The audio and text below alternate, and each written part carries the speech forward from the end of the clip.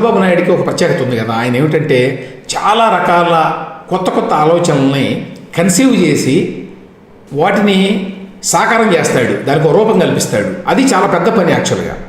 ఆ పని అంతా ఆయన చేసిన తర్వాత, ఆయన మొదలుపెట్టిన తర్వాత ఆయన అధికారాన్ని కోల్పోతాడు. తర్వాత వాళ్ళు వస్తారు, ఆ వచ్చిన వాళ్ళు దానిని సంపూర్తిగా తమ సొంత ప్రయోజనాల కోసం ఉపయోగించుకుంటారు. దీనికి నేను డజన్ల కొద్ది ఉదాహరణలు ఇవ్వగలను. ఒక ఉదాహరణ ఇదేంటంటే చంద్రబాబు నాయుడు గారు ఉన్నప్పుడు ఈ కాంటెంట్ అనేది, డేటా అనేది చాలా ఇంపార్టెంట్ అయిందండి. అది పెరుగుతోంది, ప్రపంచవ్యాప్తంగా అందరికీ తెలుసు. అందువల్ల ప్రభుత్వంలో కూడా ఈ కాంటెంట్ చాలా ఉంటుంది, అనేక డిపార్ట్మెంట్స్ ఉంటాయి, అనేక రకాల కార్యక్రమాలు చేస్తూ ఉంటారు. అసలు ఏ డిపార్ట్మెంట్ ఏం చేస్తుంది అనేది తెలియాలంటే, ఈ పారదర్శకత పెరగాలంటే ఆన్లైన్లో సమాచారం ఉండాలి. అందుకోసం అని చెప్పి డిపార్ట్మెంట్స్ అన్నీ కూడా వాళ్ళ వెబ్సైట్లు ఉంటాయి. కానీ ఏపీ కాంటెంట్ కార్పొరేషన్ అని చెప్పి ఒకటి పెట్టి అందులో ఈ మొత్తం అన్ని డిపార్ట్మెంట్స్ సమాచారాన్ని సేకరించి అందులో పెట్టాలి అని చెప్పి దానికి అవసరమైనటువంటి టెక్నాలజీని కూడా మరి తెచ్చుకొని దానికి సంబంధించిన నిపుణులు కూడా తీసుకొచ్చారండి. అప్పట్లో తీసుకొచ్చి పెట్టారు. పెడితే ఆ తర్వాత అధికారాన్ని కోల్పోయాడు ఆయన. వెంటనే జగన్మోహన్ రెడ్డి గారు వచ్చి చక్కగా దాన్ని ఏపీ డిజిటల్ కార్పొరేషన్ పేరు పెట్టుకొని దానికి ఒక హెడ్ని వేశారు. ఎవరు ఆ హెడ్ అంటే ఐ డ్రీమ్ అనేటువంటి యూట్యూబ్ ఛానల్ ఉంది, చాలామంది తెలిసే ఉంటుంది. అది చాలా చాలా పెరిగిపోయింది ఈ మధ్యకాలంలో. దానిని పెట్టినటువంటి, దాని ఓనర్ అయినటువంటి వాసుదేవరెడ్డి గారు అనే ఆయన ఉన్నాడు. ఆ వాసుదేవరెడ్డి గారిని తీసుకెళ్ళి ఏపీ డిజిటల్ కార్పొరేషన్ హెడ్గా పెట్టుకున్నారండి. చూడండి, ప్రైవేట్ రంగంలో ఉండేటువంటి ఒక పెద్ద YouTube channel, social media channel వాళ్ళ అధీనంలో ఉంటుంది. అదే సమయంలో ఆయన్నే మళ్ళీ గవర్నమెంట్లో పెట్టుకొని ఎండి అనుకుంటాను ఆయన ఆ పదవి ఇచ్చి, ఆయన ఆధ్వర్యంలోనే మళ్ళీ ఈ మొత్తం ప్రచార కార్యక్రమాన్ని నిర్వహించడం అన్నమాట. సో దీన్ని ఏం చేశారు, అంతకుముందు నేను చెప్పినట్టు కాంటెంట్ కార్పొరేషన్ యొక్క ఉద్దేశం వేరు. ఇప్పుడు వీళ్ళు వచ్చిన తర్వాత ఏం చేశారంటే దాన్ని మార్చి, మేము ప్రతి ఊళ్ళో కూడా డిజిటల్ లైబ్రరీస్ పెడతాము, ఏపీ డిజిటల్ కార్పొరేషన్ అని చెప్పి కొంత హడావుడి చేశారు. గుర్తుండే ఉంటుంది చాలామందికి. ఏమీ పెట్టలేదండి, హడావుడి చేశారు అంతే, ఏమీ జరగల. కానీ దేనికోసం ఉపయోగిస్తున్నారు ఇప్పుడు ఈ డిజిటల్ కార్పొరేషన్ని?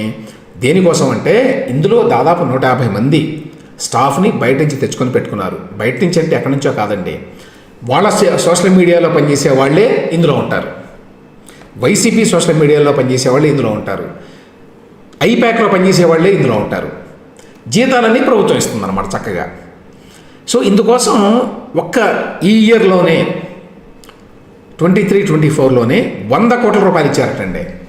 ఆల్రెడీ సమాచార శాఖ ఉన్నదండి, గుర్తుంచుకోవాలి. సమాచార శాఖ ఉన్నది, అది వేరు, దాని కింద ఉంటారు చాలామంది. దానికి బడ్జెట్ ఉంది.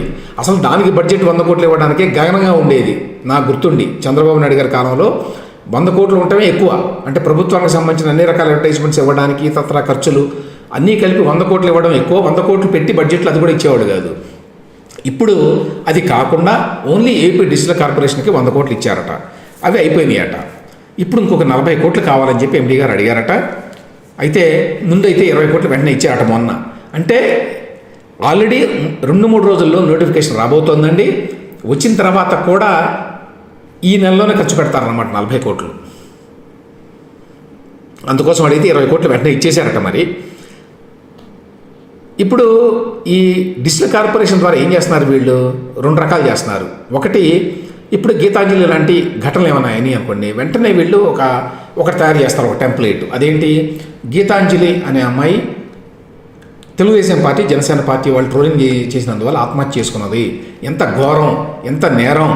టీడీపీ, జనసేన అనే వాటిని బహిష్కరించాలి, సంఘ బహిష్కరణ చేయాలి, వాళ్ళని శిక్షించాలి. ఈ విధంగా ఒక పెద్ద ప్రచార హోరు చేయాలి. చేయడానికి సోషల్ మీడియాలో వీళ్ళంతా పనిచేస్తారండి. వీళ్ళు పనిచేసేదేమో వైసీపీ కోసం, కానీ జీతాలు ఇచ్చేదేమో ప్రభుత్వం. ఆ తర్వాత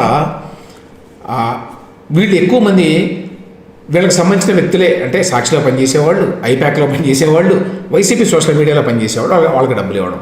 ఇవాళ రేపట్లో అందరికీ తెలుసు, యూట్యూబ్ ఛానల్సే డజన్ల కొద్దీ ఉన్నాయి. అవన్నీ స్పష్టంగా వైసీపీ వారు డబ్బులు పంపు చేస్తున్నారు అందులోకి అని తెలుసు. ఆ యూట్యూబ్ ఛానల్స్ కూడా డబ్బు ఇందులోంచే వెళ్తోంది అని చెప్తున్నారండి. సో ఆ రకంగా ఇంత భారీ ఎత్తున ఏపీ డిజిటల్ కార్పొరేషన్ అనే దాన్ని అఫీషియల్గా వాడు ఉపయోగించుకుంటుంటే మాట్లాడేవాడు ఒక్కడు లేడు. జాతీయ స్థాయిలో అప్పట్లో ఏమీ లేకుండానే చంద్రబాబు నాయుడు ప్రభుత్వం మీద రకరకాల భాండాలు వేసి మాట్లాడారు. ఎందుకంటే సమాచారం లేక వాళ్ళకి. ఇక్కడి నుంచి ఎవరో ఫీడ్ చేస్తుంటే వాళ్ళు మాట్లాడారు. ఇవాళ తెలుగుదేశం పార్టీ కానివ్వండి, జనసేన కానివ్వండి, ఈ విషయంలో వాళ్ళు చాలా అసమర్థులు. వాళ్ళ వల్ల కాదు ఇవన్నీ ఎక్స్పోజ్ చేయడం. ఏదో ఆ పేపర్లో వచ్చిన వార్తలను బట్టి మనం అర్థం చేసుకోవాల్సిందే ఈ రకంగా జరుగుతోంది అని. ఎందుకంటే ఇదే డిజిటల్ కార్పొరేషన్లో వీళ్ళు ఇచ్చిన సమాచారం ప్రకారం అయితే అప్పట్లో హైకోర్టు జడ్జీలను దూషించి ఇద్దరు జైలుకి వెళ్ళారు. వాళ్ళు ఏపీ డిజిటల్ కార్పొరేషన్ ఎంప్లాయీస్. అలా చాలామంది ఉన్నారు. ఒక 50 మంది అయితే అసలు ఆఫీస్కి వచ్చి ఏం పనిచేయరు, వాళ్ళు బయటే ఉంటారు. బయటే ఉంటారంటే వైసీపీ యొక్క సోషల్ మీడియాకి పనిచేస్తారు వాళ్ళు. వాళ్ళకి అప్పుడప్పుడు వచ్చి తమ్ ఇంప్రెషన్స్ వేసి వెళ్ళాలట, వాళ్ళు ఉద్యోగం చేస్తున్నట్టుగా వాళ్ళకి డబ్బులు వస్తాయి అని చెప్పి కూడా రాశారు. సో ఆ రకంగా జగన్మోహన్ రెడ్డి గారు అటువైపు నేను ఇంతకుముందు చెప్పినట్టు ప్రభుత్వాన్ని ఉపయోగించి, యంత్రాంగాన్ని ఉపయోగించి, చట్టాలను ఉపయోగించి తాను గెలవడానికి, మిగతా ప్రతిపక్ష పార్టీలని వాళ్ళని ఓడించడానికి తగిన మరి పునాదులు చక్కగా వేసుకున్నాడండి. మరో పక్కన ప్రచారం పేరుతో కూడా అదే పని చేస్తున్నాడు. ఆ రకంగా మాత్రం జగన్మోహన్ రెడ్డి యొక్క కాంపిటెన్సు, ఆయన ఎబిలిటీస్ని మాత్రం ఖచ్చితంగా మనందరం అడ్మైర్ చేయాల్సిందేనండి.